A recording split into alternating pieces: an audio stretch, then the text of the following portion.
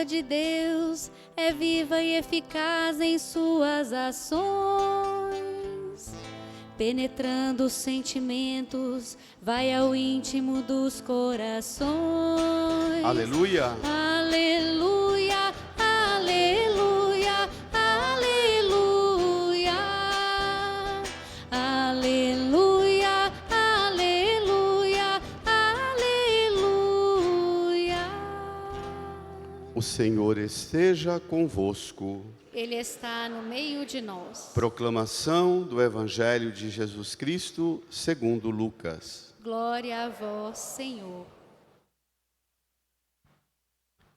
Naquele tempo, Jesus contou aos discípulos uma parábola, para mostrar-lhes a necessidade de rezar sempre e nunca desistir, dizendo: Numa cidade havia um juiz que não temia a Deus e não respeitava homem algum.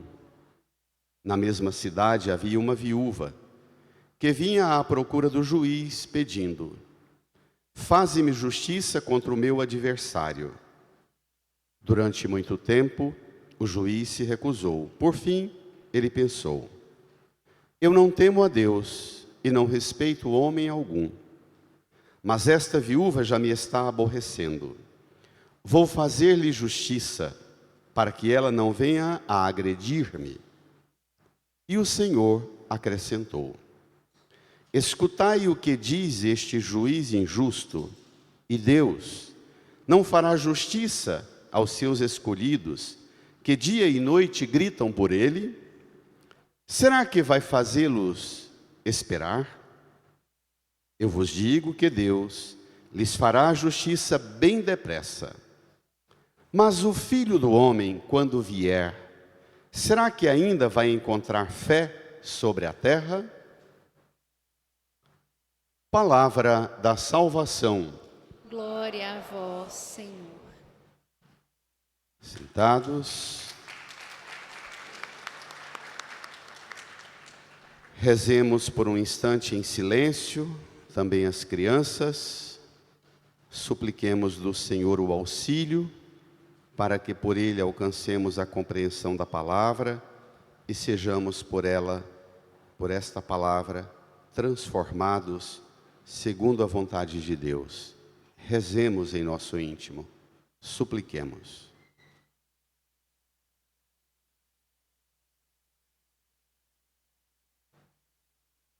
Amém. Irmãs e irmãos, nos reunimos como comunidade para escutar o Senhor. Dirigimos a Ele nossa atenção, como recomendava Maria no domingo passado: fazei o que Ele vos disser. A palavra que acabamos de ouvir na primeira leitura, no Salmo, a segunda leitura e particularmente o Evangelho, dão-nos uma instrução sobre um dos temas mais importantes na identidade da vida cristã: a oração.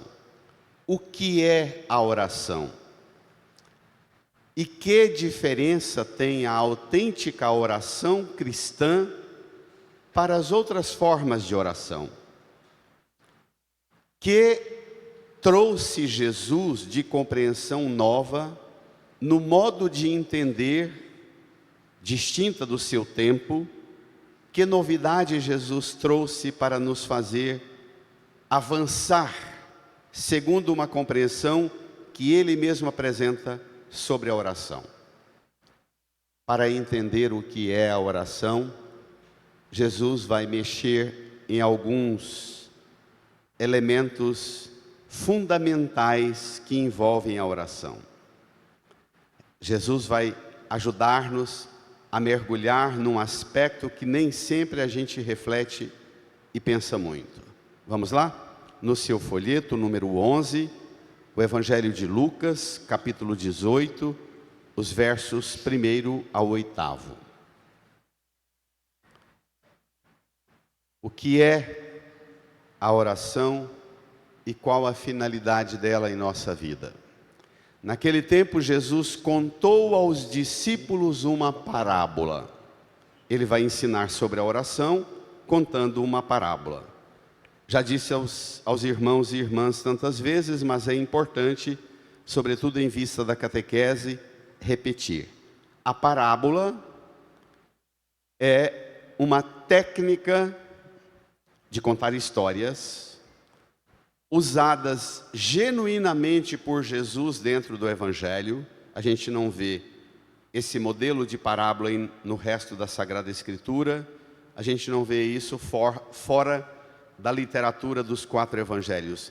É típica, genuinamente típica da forma de Jesus transmitir a fé. Ao contar a parábola, geralmente é uma história que compõe os personagens e aborda um tema provocante. Os ouvintes da parábola, ao ouvirem o desenrolar da história que Jesus conta, logo tem que se posicionar e entrar na história. Na maioria das vezes, a gente precisa se identificar com os personagens, com aquilo que acontece com eles. É preciso que a gente entre na cena, porque senão a compreensão fica limitada. E ele vai contar uma parábola para os discípulos, com uma finalidade. Vamos lá? Jesus contou aos discípulos uma parábola para mostrar-lhes, leiam, a necessidade de rezar sempre e nunca desistir, dizendo. Esperem lá. Então, a parábola é contada para mostrar a necessidade de rezar sempre e nunca desistir. Aqui, Jesus já apresenta o que é a oração, o que é rezar. Rezar para Jesus, na formação nossa de discípulos, é uma realidade, é algo com o qual nós temos que nos ocupar como necessidade para a nossa vida. Não está no campo de gostar ou não gostar, está afim ou não está afim, estou com a cabeça boa ou não estou com a cabeça boa. É uma necessidade. Uma necessidade de sempre, de nunca desistir. Como na alimentação, quando o médico olha os seus exames e diz: nós vamos ter que reforçar sua medicação e sua alimentação, tem que tirar isso e aquilo e passar a alimentar tais e tais coisas, senão você não vai ter progresso. A oração entra no campo das necessidades básicas, sempre, sem nunca desistir. Quer rezar, reza, não quer rezar, reza. Como ensinar uma criança a alimentar-se de algo que o organismo dela necessita? Se é gostoso, come; se não é gostoso, come a si mesmo. Se está afim, come; se não está afim, come a si mesmo. Se está com fome, come; se não está sentindo fome, mastiga, engole, porque seu organismo precisa. É necessidade. Oração para o cristão, para o discípulo e a discípula de Jesus, não situa no campo de gostos e afetos pessoais. É um elemento constitutivo, que caracteriza-se como necessidade permanente. Rezar sempre sem nunca desistir. Aqui Jesus já tira um monte de equívocos de nossa cabeça. Nós não rezamos em vista de resultados. Rezar sempre e nunca desistir. O cultivo é da sua parte, ainda que você não entre naquele território das etapas. Eu pratiquei tais e tais tipos de reza por um tempo, deu tal resultado, não vi que não estava dando resultado, mudei, apliquei outro método. Aqui não situa no campo do resultado. É uma necessidade que, mais do que o resultado que você vê, rezar mesmo já é a obra de Deus em sua vida. Primeira característica da oração: uma necessidade permanente. Versículo 2. Contando uma parábola, que agora vem os personagens e como é que nós vamos nos identificar dentro da historinha. Numa cidade havia um juiz que não temia a Deus e não respeitava homem algum. colhe nas características dos personagens. Um juiz, um homem das letras da lei. Um juiz, uma pessoa que na verdade é uma instituição que representa o consenso de uma determinada região, de um estado, que assimila e aceita tais e tais regras como norma, que compõem o ordenamento daquela sociedade, e o juiz representa a aplicação desse ordenamento. Ele não teme a Deus e não respeita homem algum. A gente já começa a fazer pergunta: como é que pode alguém ser juiz se não respeita ninguém?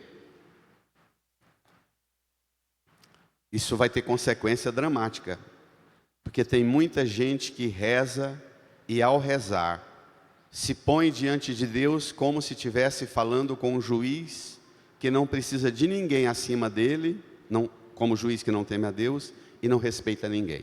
Tem gente que reza, tem essa visão de Deus. Tem gente que só fala em Deus e só se refere a Deus e só experimenta na relação com Deus na oração um Deus que é um juiz carrasco, um juiz absurdamente indiferente com a realidade humana.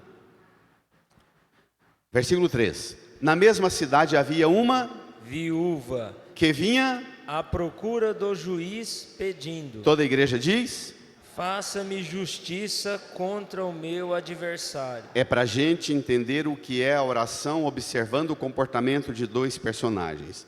Um juiz que não teme a Deus e não respeita homem algum, e uma viúva que vinha à procura do juiz pedindo: faze-me justiça contra o meu adversário. Ela é mulher, ela é viúva, ela tem um adversário. A viúva, o órfão e o estrangeiro na Bíblia são os protótipos da pessoa indefesa, sem poder, sem armas, sem influência. Protótipo. Como juiz, naquele tempo e nos dias de hoje, com toda a herança da cultura greco-romana, o juiz representava a instituição que tem todo um aparato de proteção da sociedade. Olha toda a crítica e enfrentamento que nós temos com o judiciário do Brasil, porque discordamos de muitas coisas que amparam e protegem esta categoria.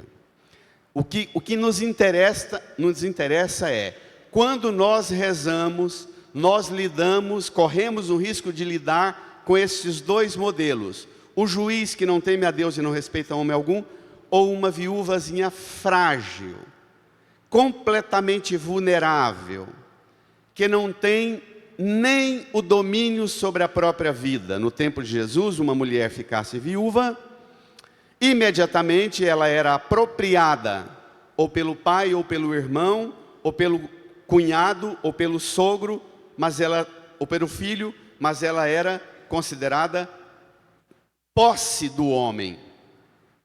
E ela tem um adversário. Portanto, a viúva é símbolo do que não tem lei, direito nenhum, e o juiz símbolo de toda a prepotência da lei. Jesus está falando-nos sobre oração.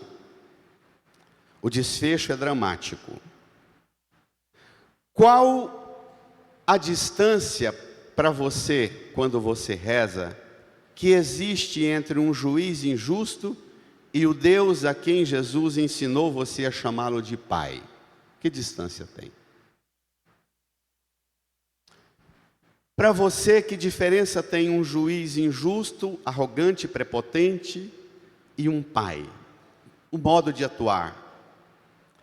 Deus, o Deus de Jesus Cristo, é justo até no absoluto e absurdo silêncio. Quando você fala e ele não responde. Na oração, nós não levamos para Deus um processo, como na justiça entregamos um processo ao tribunal através das mãos do advogado. e o processo rola nas instâncias dos tribunais. Na oração, é você mesmo que acessa a Deus e apresenta a Deus, não processos, mas a sua vida. E a fé leva você à oração.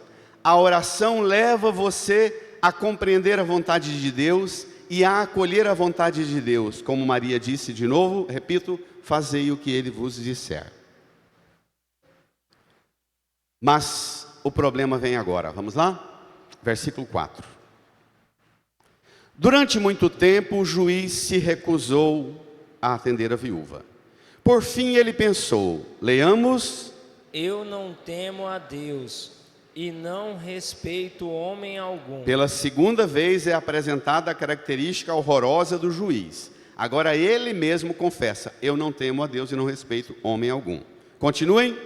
Mas esta viúva já está me aborrecendo. Vou fazer-lhe justiça, para que ela não venha a agredir-me. Ele não faz justiça em vista dos direitos e da dignidade dela. Ele faz justiça em vista de se ver livre do aborrecimento dela ou da fúria que pode esta mulher agredi-lo. Os poderosos deste mundo têm medo dos pobres nessas duas situações. Ficar livre da insistência do pobre ou ficar livre e protegido da fúria e da revolta do pobre. Jesus está contando a parábola para que a gente entenda o que é a oração. O juiz que se recusou, não há da parte dele nem a investigação da situação dela. Há só o querer ou não querer da parte dele. Ele não tem nenhuma referência acima, não temo a Deus. Na relação de iguais, não respeito ninguém. Jesus está dizendo para nós que oração é necessariamente você levar em conta três realidades. Você, o próximo que você tem que respeitar, as pessoas e Deus. Rezar é levar em conta essas três dimensões. E tem gente que acha que porque reza, ela tem direito a pisar em todo mundo porque ela reza e está bem na regra e na norma com Deus. O juiz diz, eu não temo a Deus. Fé não é adesão a uma doutrina, mas é um vínculo vital. Quem tem fé se relaciona com Deus, escuta Deus, escuta o outro e escuta a própria consciência. Fé supõe relacionamento consigo, com o outro e com Deus. Sem essas três dimensões de relação, não existe fé e não existe oração. Oração é diálogo relacional, amplo. Ouve o outro a partir de Deus. O juiz ouve a viúva a partir absurdamente do conforto e desconforto dele. Repito, tem um monte de gente que reza e se aproxima de Deus como uma viúva chegando perto de um juiz injusto. E tem gente, tem mãe, tem pai, tem vô e tem vó, que o maior prazer dele é torturar o filho e o neto, dizendo dos perigos que é não entrar nessa relação com esse perigoso juiz que é Deus. Tome cuidado! Que pena que a palavra central da relação que uma mãe, que uma avó, um pai, um vô ensina para um filho e para um neto é tome cuidado. É tão pobre, esvazia tanto a Deus essa palavra tome cuidado. É tão empobrecedor. O desfecho que vem agora é dramático e você nunca mais será a mesma pessoa. Vamos lá? São somente 2 versículos que você vai precisar de uns 6 meses para digerir esses 2 versículos na sua prática de oração. É muito sério o que vem. Versículo 6. E o Senhor acrescentou: escutai o que diz este juiz injusto. E aí ele pergunta, versículo 7. E Deus, vamos ler? Não fará justiça, brada, aos seus escolhidos que dia e noite gritam por ele? Brada. Será que vai fazê-los esperar? A primeira definição de oração é que oração é uma necessidade permanente, nunca desistir, sempre. A segunda característica da oração cristã: quando você reza, você deve parar, se colocar na presença de Deus. Versículo 7, preste atenção. E Deus não fará justiça aos seus escolhidos?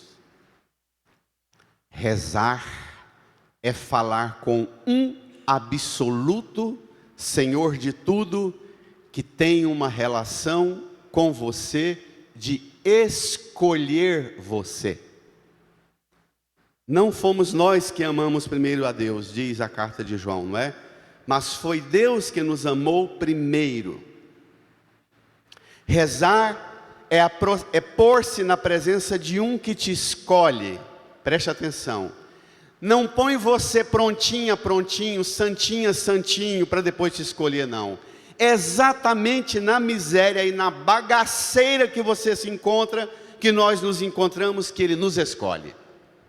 Ele que nos escolhe. Rezar é falar com o absoluto, divino e eterno, que te escolhe. Quando você põe-se na presença dEle, você não se inclina ou levanta os olhos como se fosse uma viúvazinha frágil, indefesa, diante de um juiz injusto que está com controle remoto, prontinho para mandar castigo, punição e desgraça, ou até para os infernos. Porque tem gente, e hoje, numa sociedade de gente maluca e doida como está a nossa, está se desenvolvendo um povo que tem prazer em ter uma visão de um Deus que é um carrasco. Porque pensam o papel da religião como controle social. O papel da religião é ensinar norma, regra, para enquadrar todo mundo num padrão que não seja risco para os outros. Isso é pouco para a fé. Religião não é para enquadrar. Religião é para ser uma mediação para que cada uma e cada um de nós descubramos a face de Deus, o Deus de Jesus Cristo, que em Jesus Cristo nos amou tanto e nos escolheu. Amém? Reage, reage. Não é por causa do seu dízimo, da sua oferta, dos calos que você tem no joelho pelo tanto que você reza, pela dor no estômago pelo tanto de jejum que você faz, que você teve uma senha de ser um dos primeiros a ser atendido por Ele. Não é isso. A prova de que Deus nos ama é que Ele nos amou e nos deu o seu Filho que morreu por nós, quando ainda éramos pecadores. Jesus não morreu por nós quando já éramos um bando de anjinhas e anjinhos batendo asa, perfeitos e puritanos, não. Ele morreu na gratuidade, para dizer a mim e a você: você está na miséria, no sofrimento, na humilhação, arrastando-se, porque quer, porque eu te escolhi, eu te amei, e eu já paguei o preço, da sua liberdade, da sua dignidade, já paguei o preço na cruz, para dizer a você: erga a cabeça e viva a dignidade de filha e filho de Deus. Amém? Amém? Ele já pagou esse preço. Não é uma loteria, que alguns ganham e outros não. Não é mérito que alguns merecem e outros não. Primeira característica da oração, uma necessidade de sempre. Segunda característica da oração, quem reza aproxima-se daquele que nos escolheu. Será que vai fazê-los esperar? Você não reza porque tem certeza que Deus vai te atender logo. Você reza porque mesmo que você não escute o barulho de Deus, resolvendo os problemas para que as coisas fiquem como você quer, não é por isso que você reza. Quando você reza, você se aproxima daquele a quem você se abre na graça e no dom de tê-lo já se aproximado de você, e você se abre e fala com ele.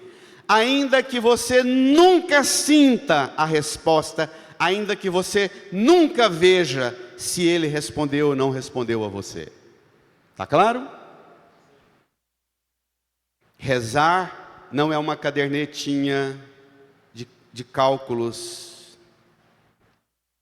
Versículo 8. Vamos lá? Depois de perguntar, será que Deus vai fazê-los esperar, aos seus escolhidos que dia e noite gritam por Ele? Versículo 8 ele diz, eu vos digo que Deus lhes fará justiça bem depressa. Rezar é se aproximar de um Deus que faz por mim bem depressa, antes que eu o peça. Repito, não são meus atos, minhas virtudes, minhas práticas religiosas e devocionais que fez com que ele me atendesse. Até porque ele sabe do que eu preciso, muito mais do que eu mesmo, muito mais do que você mesma e você mesmo. Isso é oração. Agora entra o desfecho dramático. Versículo 8, o final. Vamos lá? Mas o Filho do Homem, quando vier, brada, será que ainda vai encontrar fé sobre a terra? Essa é a preocupação. Esta é a terceira e mais importante característica da oração. Rezar é uma necessidade. Rezar é aproximar-se daquele que te escolheu. Rezar tem a finalidade fundamental de sustentar a fé em você enquanto você caminha nesta terra. A prática da oração não é para que as coisas fiquem como você quer, mas para que o dom da fé não se apague. Será que o Filho do Homem, quando vier, vai encontrar fé sobre a terra?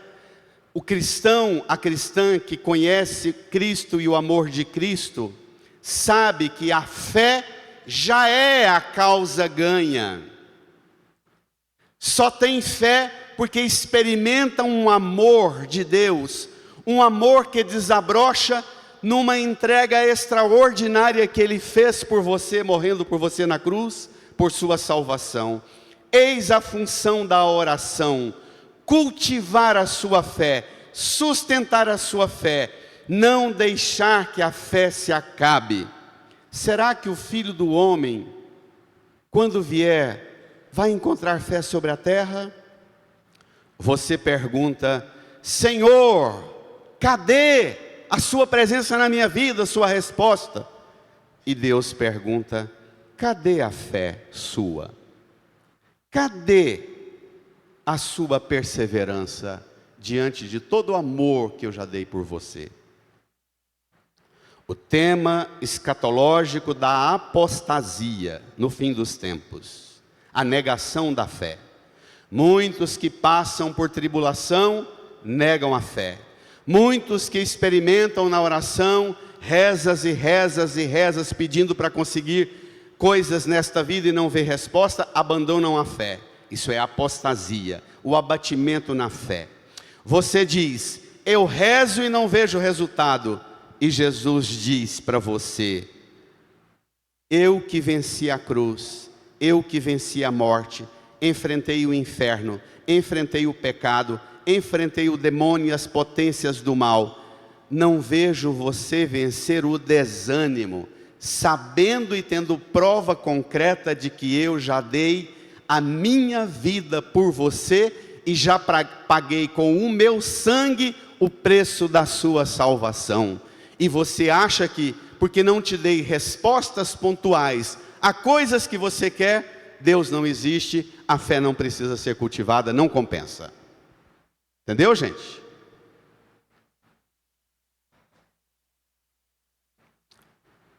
Claro que aqui o tema clássico, no Antigo e no Novo Testamento, tem uma imensidão de passagens que tratam do tema da inação de Deus. Deus parece um indiferente diante dos absurdos. Viver a fé quando parece que você enfrenta um absurdo silêncio de Deus nos seus sofrimentos, na sua tribulação, na sua solidão. Deus parece indiferente diante das injustiças pelas quais às vezes você passa, os sofrimentos que você passa. Onde está Deus?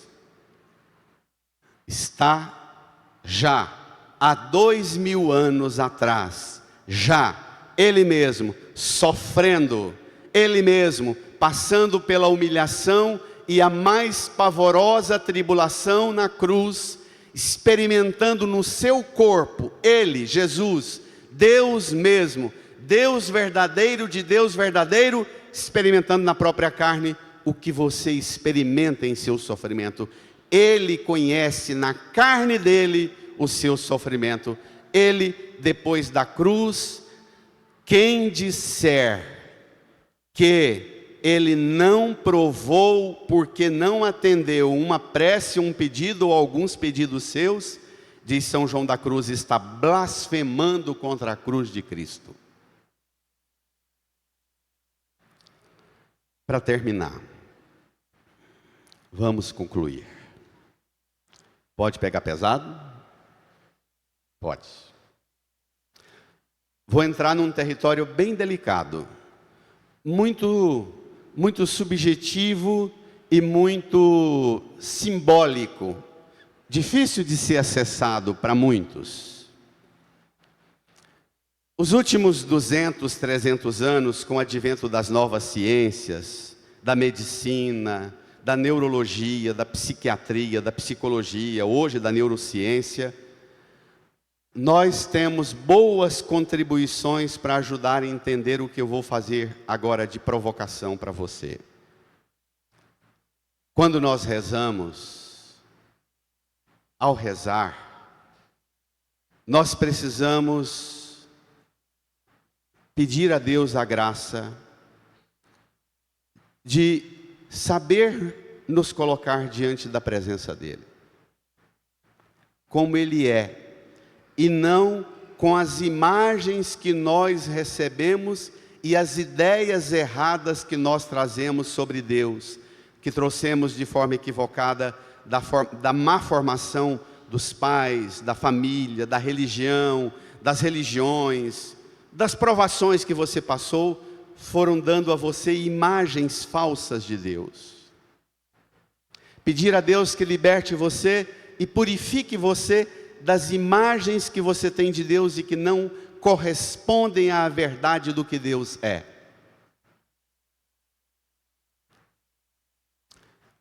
Dentro de nós existem viúvas que clamam dentro de nós.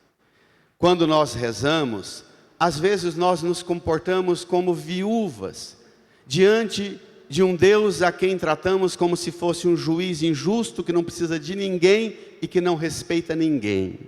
Nós precisamos colocar-nos diante de Deus, pedindo dele a graça de libertar-nos dessas viúvas feridas, machucadas, traumatizadas, violentadas que habitam-nos. Existe isso? Peça a tu, Senhor, essa graça. Sai dessa. Mas dentro de nós também existem alguns juízes.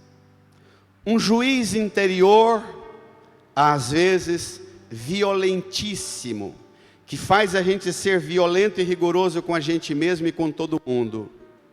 Inclusive a visão que a gente tem de um Deus juiz carrasco é porque nós projetamos em Deus o que nós queremos ser. Nós nos sentimos assim, somos isso, um juiz absurdamente violento e desrespeitoso com os outros. Precisamos pedir de Deus a graça de curar esse juiz autossuficiente que nos habita. Nos livrar das sentenças e das acusações que esse juiz impõe sobre você e faz você impor contra os outros que pensam diferente de você e que você vive mandando todo mundo e dizendo que eles vão para o inferno, apenas porque não pensam e não sentem e não rezam como você acha que deveria ser. Isso existe? Se liberte dessa. Sai dessa. Sai dessa. Rezar não é oportunidade para criar pedras internas, endurecendo esse juiz ou aumentando a ferida desta viúva que habita-me, que habita-te. No fundo, ao contar aos discípulos a parábola sobre a necessidade de rezar sempre e nunca desistir, Jesus está limpando os nossos olhos, a nossa visão sobre quem somos e quem é Deus. Esta parábola, ele está querendo dizer para nós: Deus não é isso que você pensa que é, e você não é isso que você pensa que você é. Deus não te trata como uma viúva profundamente vulnerável e descartada por tudo e por todos. E Deus não é um juiz injusto. Limpe, purifique esta visão.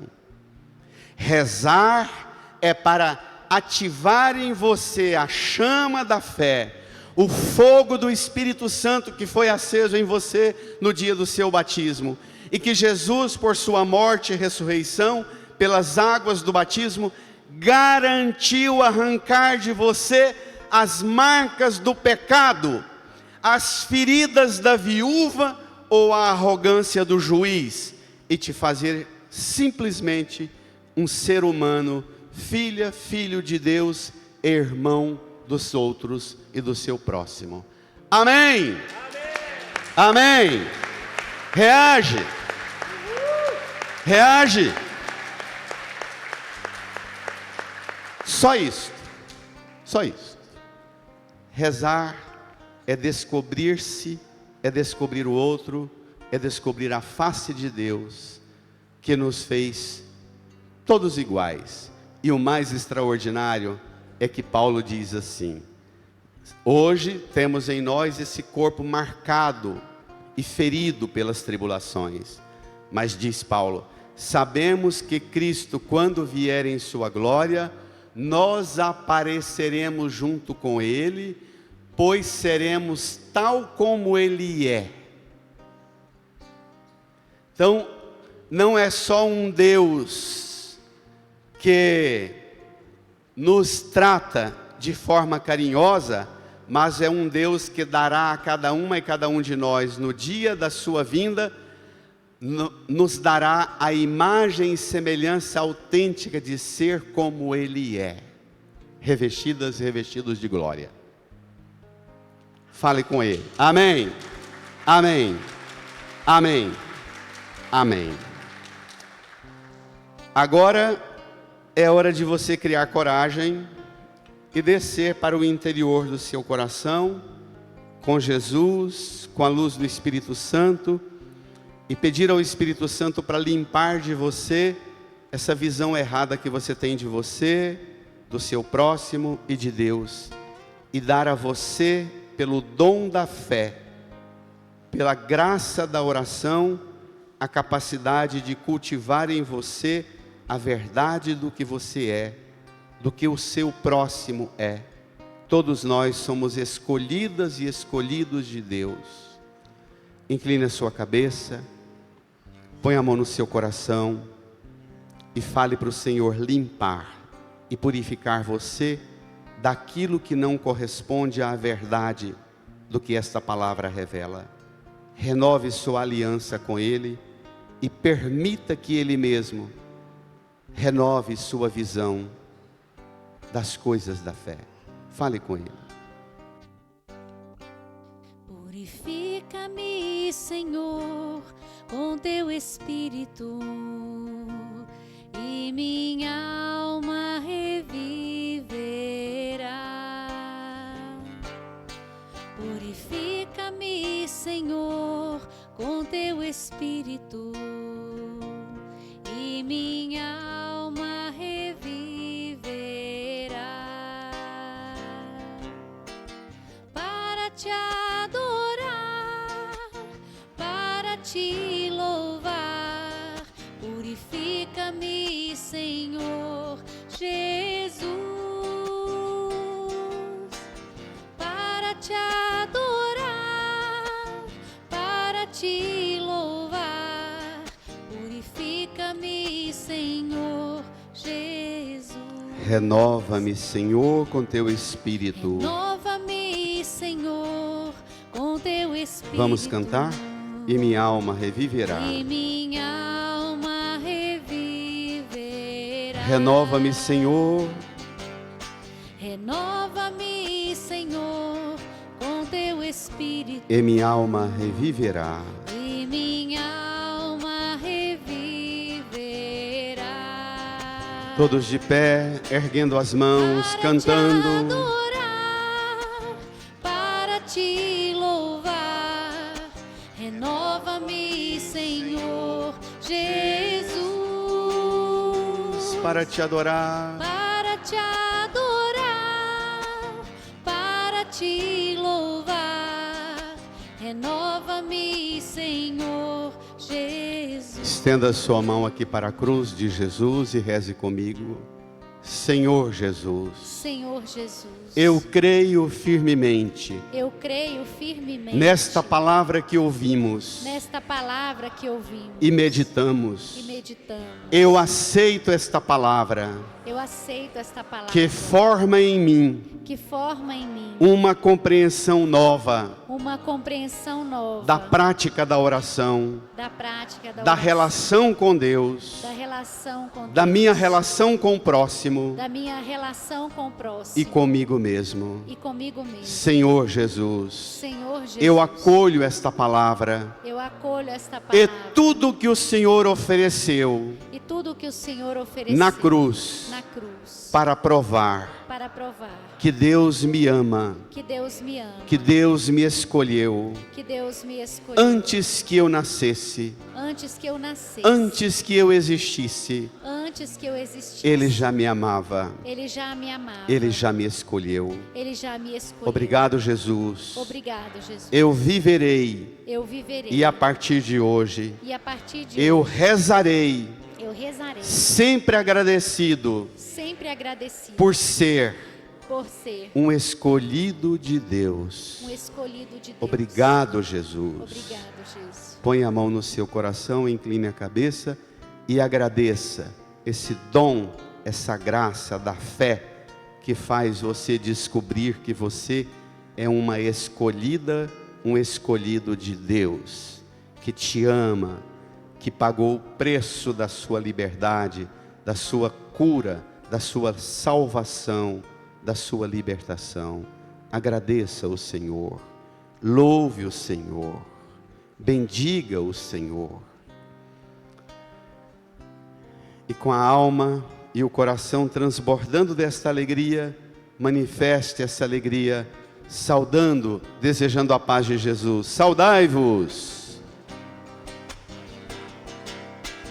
Para te adorar, para te louvar, renova-me, Senhor Jesus. Para te adorar, para te louvar, renova-me, Senhor Jesus. Vamos terminar com uma salva de palmas para Jesus, bem forte. Brada! Reage. Firma. Palmas para Jesus, palmas para o Senhor, palmas para Jesus, palmas para o Senhor. Amém.